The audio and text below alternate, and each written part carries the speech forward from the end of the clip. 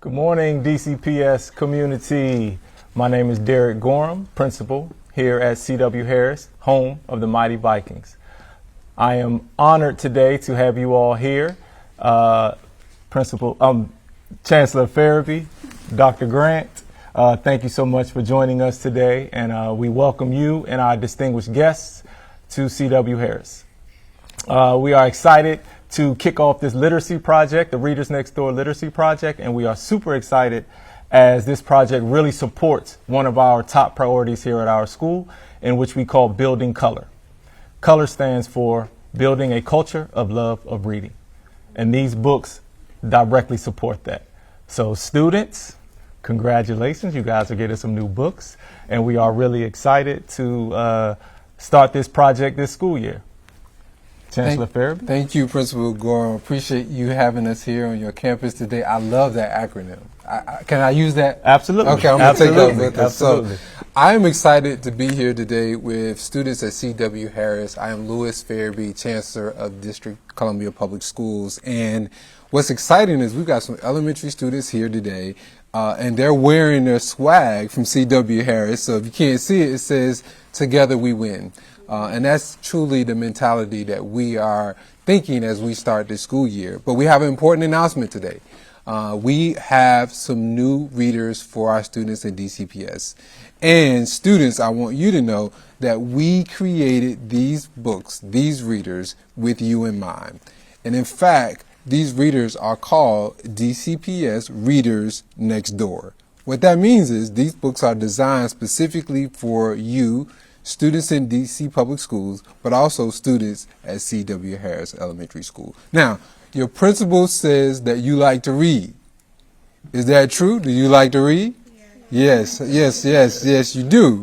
Thank you. Great answer. So given that you like to read, we want to just share with you to be one of the first to see some of the DCPS Readers Next Door. They will feature 10 characters. Some of which you'll get an opportunity to meet today, but one particular character that you get to meet today is Little Lex. Little Lex is going to be the feature of the book that I will read to you today. These readers will go to students across DC Public Schools, and we're excited again to launch this here at C.W. Harris this morning. Now, to get us started, I know you know this because you like to read. On the front of the book, we have the cover. Typically, the cover of the book will tell us what about the book. What can we find on the cover of the book? I see a hand, yes. Oh, you can find the title, and typically you'll get information about the author and illustrator. Now, what's fascinating about these books is that the authors and illustrators are predominantly teachers and educators in DC Public Schools. So they will be written by people that know you, that are in your schools, and have you in mind. And so as we read today, think about that. And oftentimes in our DCPS Readers Next Door, you'll see familiar places and familiar faces to you here in DC. So I'm going to go ahead and get started and read a little bit about Little Lex. Now, what grade do you think Little Lex is in? First grade. Okay, let's see. We'll find out what grade she's in. That's a good guess. So, it says here, "Hi, I'm Lex. I'm in first grade. And I love it. In the morning, I jump out of the bed and I say, 'Hey there, Monday.' I say when I see the sun out of the window." So Lex is happy to be up in the morning on Monday. "I eat breakfast as fast as I can. I want to be the first in my classroom." So Lex is excited to be in school. "Good morning, class," says Miss Lee. "In math, we're going to measure each other. We will measure height. What does height tell us, class?" And Lex yelled, "Well, I think height tells us how high." Now, any of you know how tall you are? Not really? It's okay. Don't worry about it. Now, each kid gets a partner, and my partner is Marcus. And Marcus uses a ruler to measure my height. Marcus has helped me with my measurement with my height. And I also help Marcus help with his measurement of his height. Now, why do you think they need help measuring each other? Why do you think Lex can't measure herself?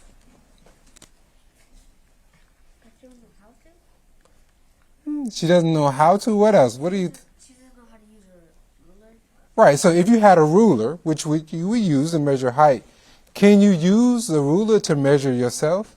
No, because you obviously taller than me. Yeah, so it'd be pretty challenging to use a ruler to measure yourself because you got to stretch it out to see how tall you are. So Use a rod stick. you could. So is it good to have someone help you measure your height? Yes, so that's why Miss Lee asked each other student to help each other. So Miss Lee says, now we're going to graph our heights. We will show how many kids are each other's height. We want you to see the most common height. So you see we got this bar graph going, and then they're going to measure the height of students in the classroom. I see Marcus draw a box for my height, and no one draws a box over mine. So you can see they start to draw the boxes for each person's height, but little Lex noticed that no one has a box above hers. What do you think that means? What do you say? She's the what in the class? Shortest one in the class. I think you might be right. I think you might be right. So the answer to that question, yes, Lex is the shortest in the class. And you can see here that her box would be the lowest because she's the shortest. Now, do you think that that's an issue? Should Lex feel bad about being the shortest in the classroom? No, right. She shouldn't. And in fact, our height is what makes us great, right? So there are going to be people that are going to be taller. There are going to be people that be shorter. And so Lex should not feel bad about her height. Now, my last question to you is, why do you think these boxes are different colors?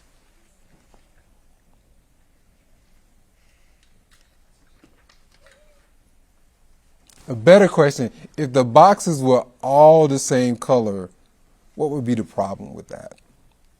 If everybody's box was the same color.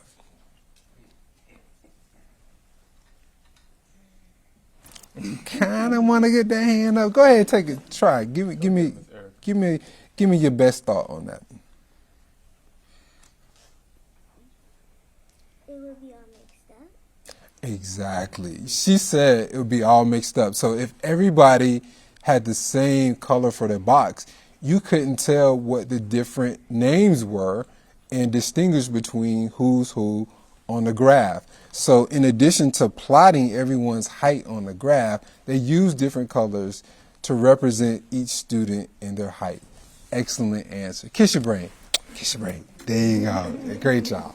So you will get the opportunity to learn a little bit more about Lex. And the beauty of our Readers Next Door is Lex is not only in this book, but she's in the entire series of these readers that will be in your classroom. So look forward to seeing Lex. Look forward to seeing these readers in your classroom. And parents and guardians, look forward to seeing the DCPS Readers Next Door at home as well. Give yourself a round of applause.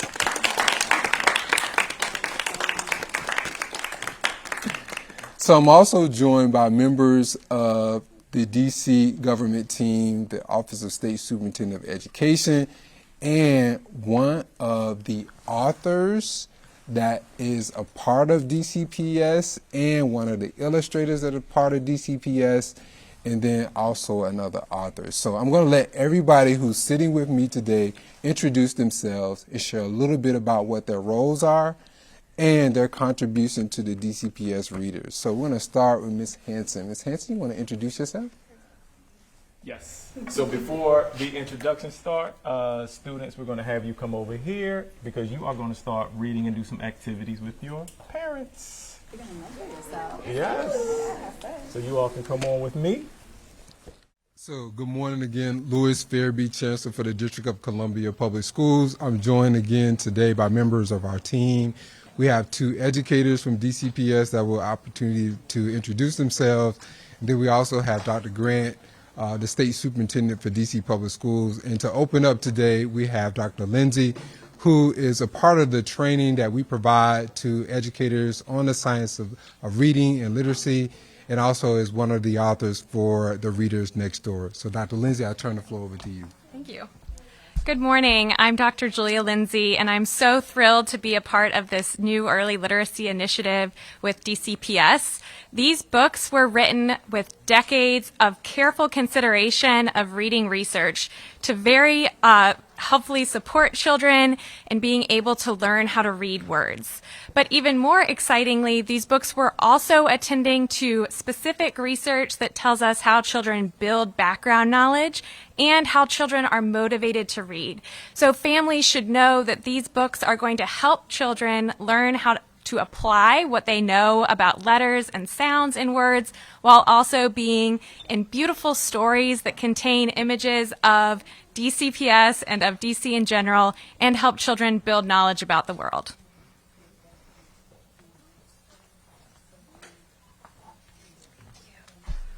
Good morning. I'm Celestina Lee. I teach first grade at Garrison Elementary. I've loved working on this project, and I think it's really beautiful. To Dr. Lindsay's point, it provided us an opportunity for us to give kids what we know that they deserve, which is instruction and materials that follow the brain science of what best supports readers and helps decodability be accessible to them, but more importantly, provide the materials that honor who they are and where they come from and the communities of our schools. And I'm just really excited for the books to come to my first grade classroom next week, and just to hear kids on the carpet say, I've been there, I know that, my mom does that too, or I eat that too. And just these little moments that I think are gonna make the project come to life. And I've been so grateful to be a part of it and on this team. Good morning. My name is Yolanda Henson, and I am a 17-year veteran DCPS art educator. I'm also the visual arts teacher at McKinley Technology High School, and my contribution to this amazing project was pretty much to bring the words on the page to life by creating beautiful imagery that spoke to our students in terms of being culturally relevant and having diverse characters, and also having places within the district kind of pop up throughout the storylines. The goal was just so that our students could kind of be familiar with the story, so that they can make that immediate connection and be engaged, and just kind of buy in, so that they can get the skills and everything that goes along with what the Decodable Text Projects wants for them. Thank you. Thanks, Ms. Henson. Good morning. I'm Christina Grant. I'm the State Superintendent of Education, and really do want to ground everyone in this moment. We've spent a lot of time talking about recovery and our ESSER investments. What DCPS has pulled off is an amazing example of the best way to use recovery investments to create what Principal Gorman has said is the color and love of reading, and ground that right in our schools, right with our learners. I don't know if you think back to your learning experiences, but when did you see students that look like you, sound like you, reading, learning, loving school, waking up and saying, good morning, Monday, excited to run into the schoolhouse and to see your community in your literature?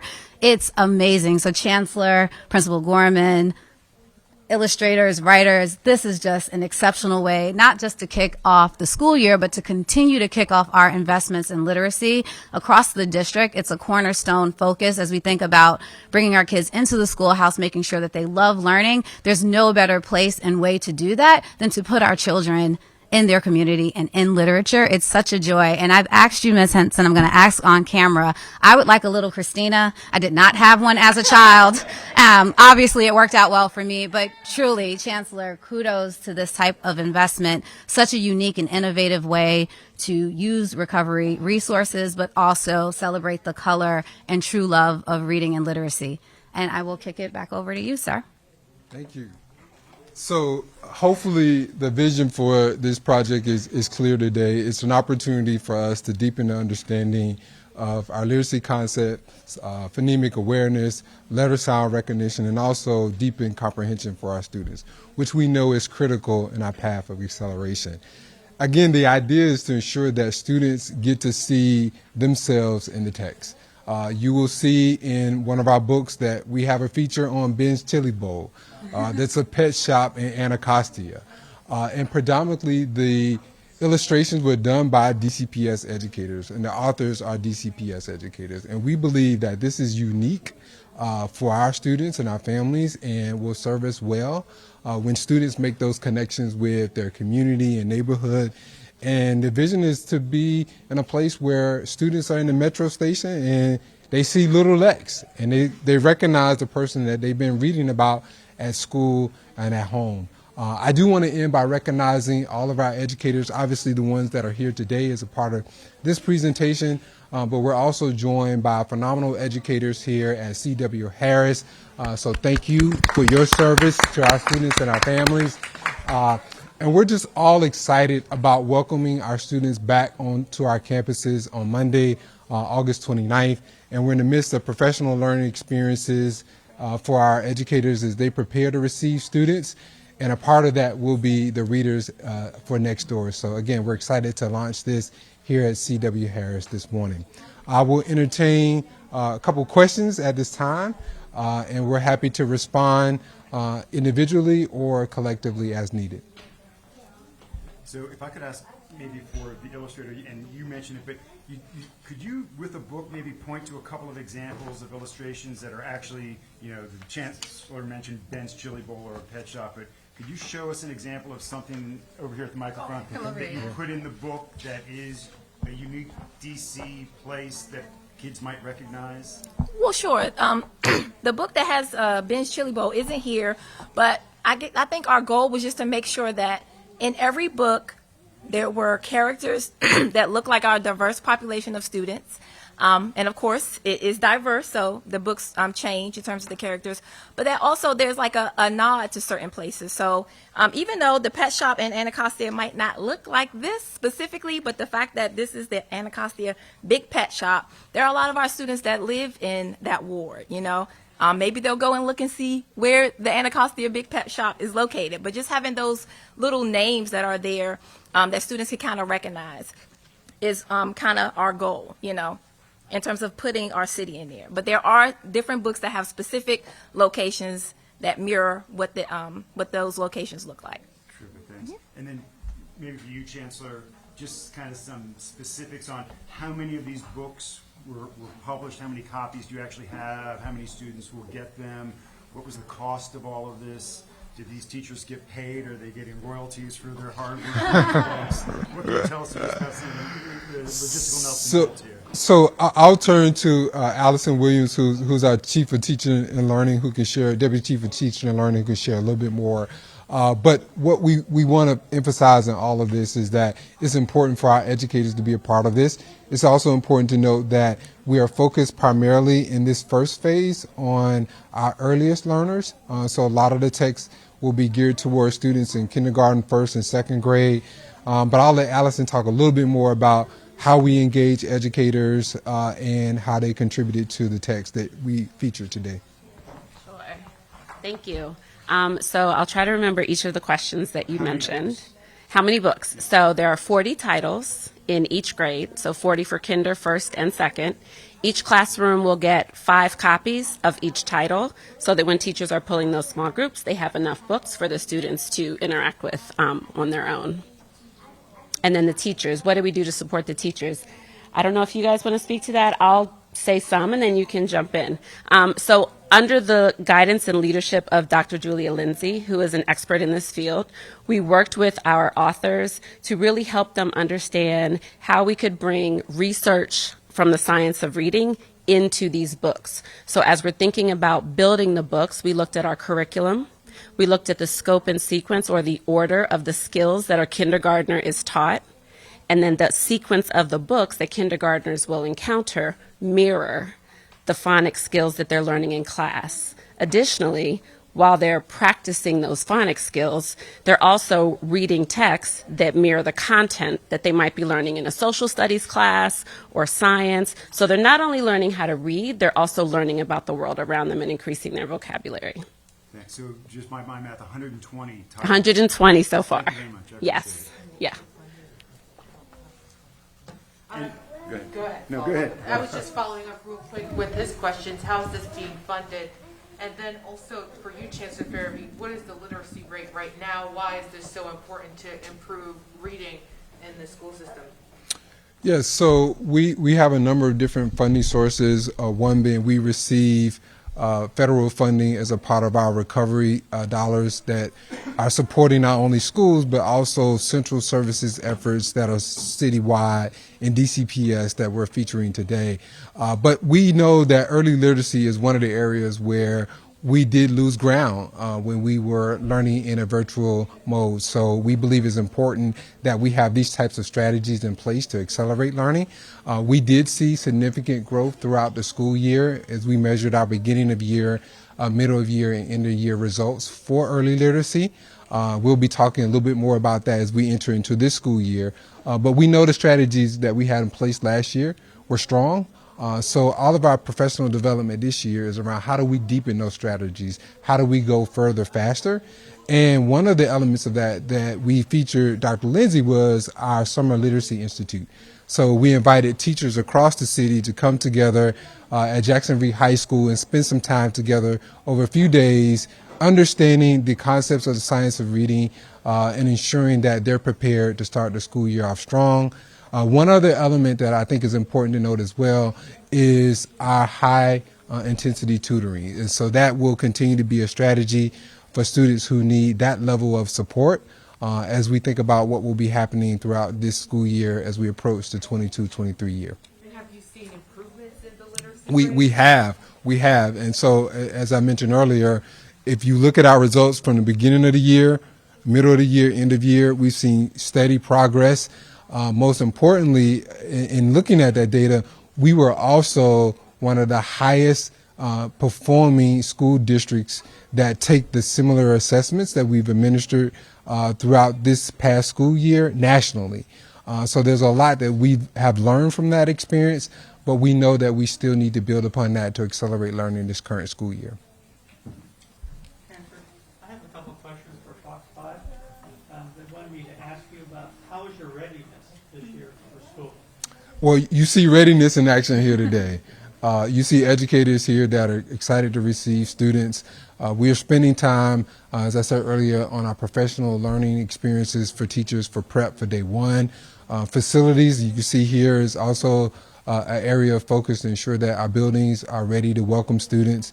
And then getting the message out about what's important for families to consider. So if families haven't enrolled, we have staff at schools to assist with enrollment. We also are opening our buildings up for pickup of rapid antigen-based kits for the test to return. Just a reminder to all families that you have to provide proof of a negative COVID result to return to school on August 29th. And then we're also providing support for families for our childhood vaccinations, as that is a requirement for students to enter in school, and it's something that we'll be monitoring closely throughout the school year. Following up on that, the pandemic-free school lunch program has expired. Or is DC Public Schools going to do anything to help supplement children with their lunches? Yeah, so we don't intend to supplement. What we will do is we will provide free breakfast for students, as we've done in the past. And we will also ensure that families proactively have all the information they need if there is a need for free or reduced price lunch during the school day. We still also will continue to offer a number of different options, such as our supper program in the evening, feeding that we provide for students participating in extracurriculars in the afternoon. We also collaborate with a number of different partners, whether it's Martha's Table and others, to provide meals for students at home or over the weekends. So we will continue much of our efforts around how we ensure students have access to healthy meals. And in light of some current events, building security, anything different this year than last? Yes. So this year we've had an emphasis on training. We wanted to ensure that everyone was well trained and versed in all of our critical response protocols, whether that's what to do in case of an active shooter, ensuring that there is a clear understanding of our lockdown procedures. So that will be a big emphasis this school year to ensure that there's extreme amount of readiness around what to do in these situations, and also the use of drills as a way of practicing these scenarios as well. Mr. Farabee, just following up on his questions about readiness, how about DGS and HVAC? How's that going?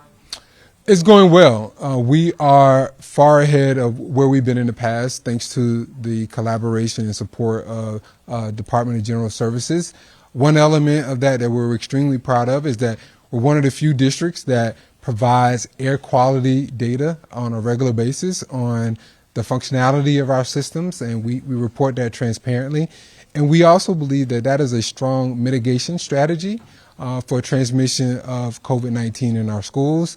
We haven't had a significant amount of issues with HVAC systems over the summer. We don't anticipate that.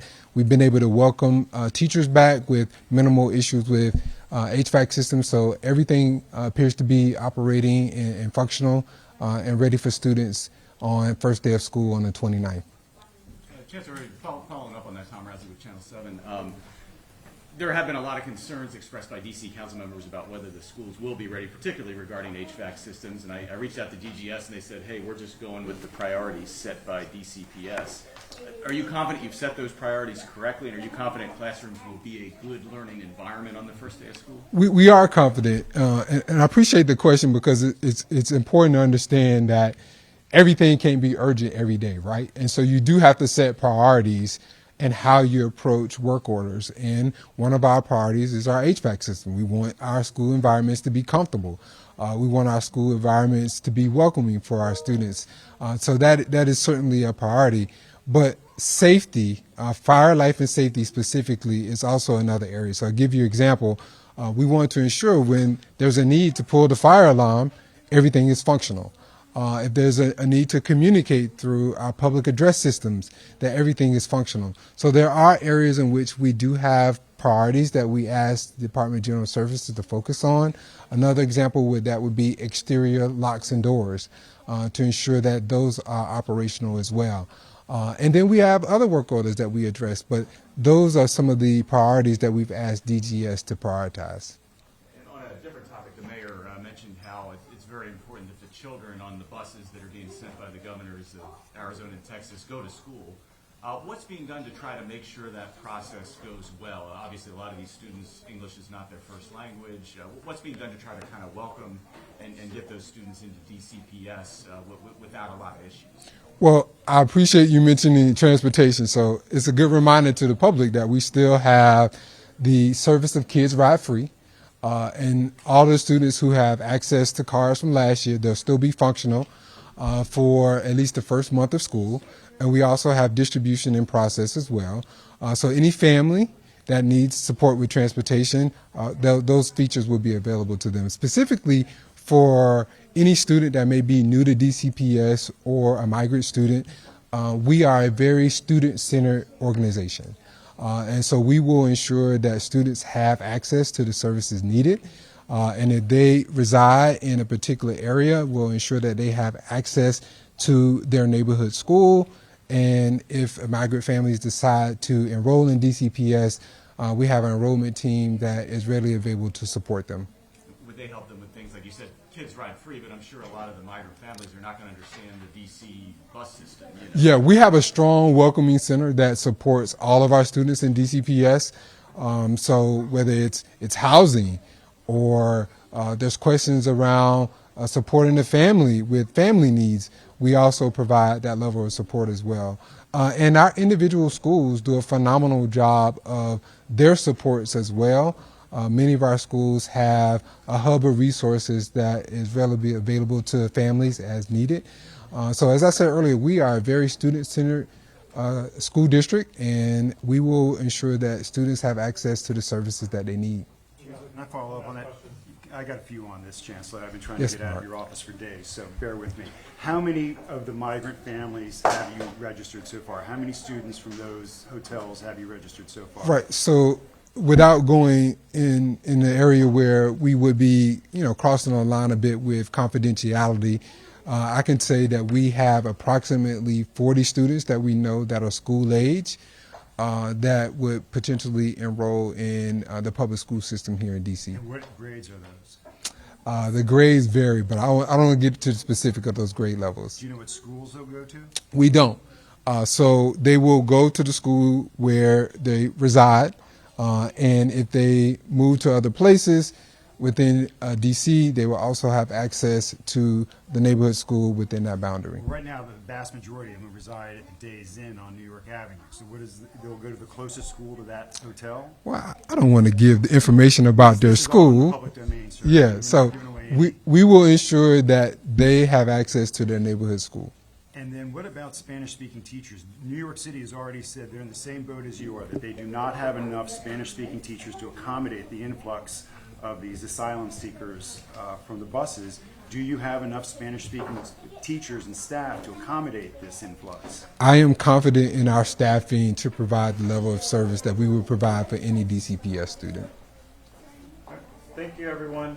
Thank you for participating. One last, do you have enough staffing overall? We've heard anecdotally that some non-teaching staff have been asked to step into the classrooms in the early days of opening because you don't have enough staff, teachers to open up. Do you have enough? What's your shortfall? Yeah, so we typically run anywhere from 75 to 100 vacancies throughout the school year.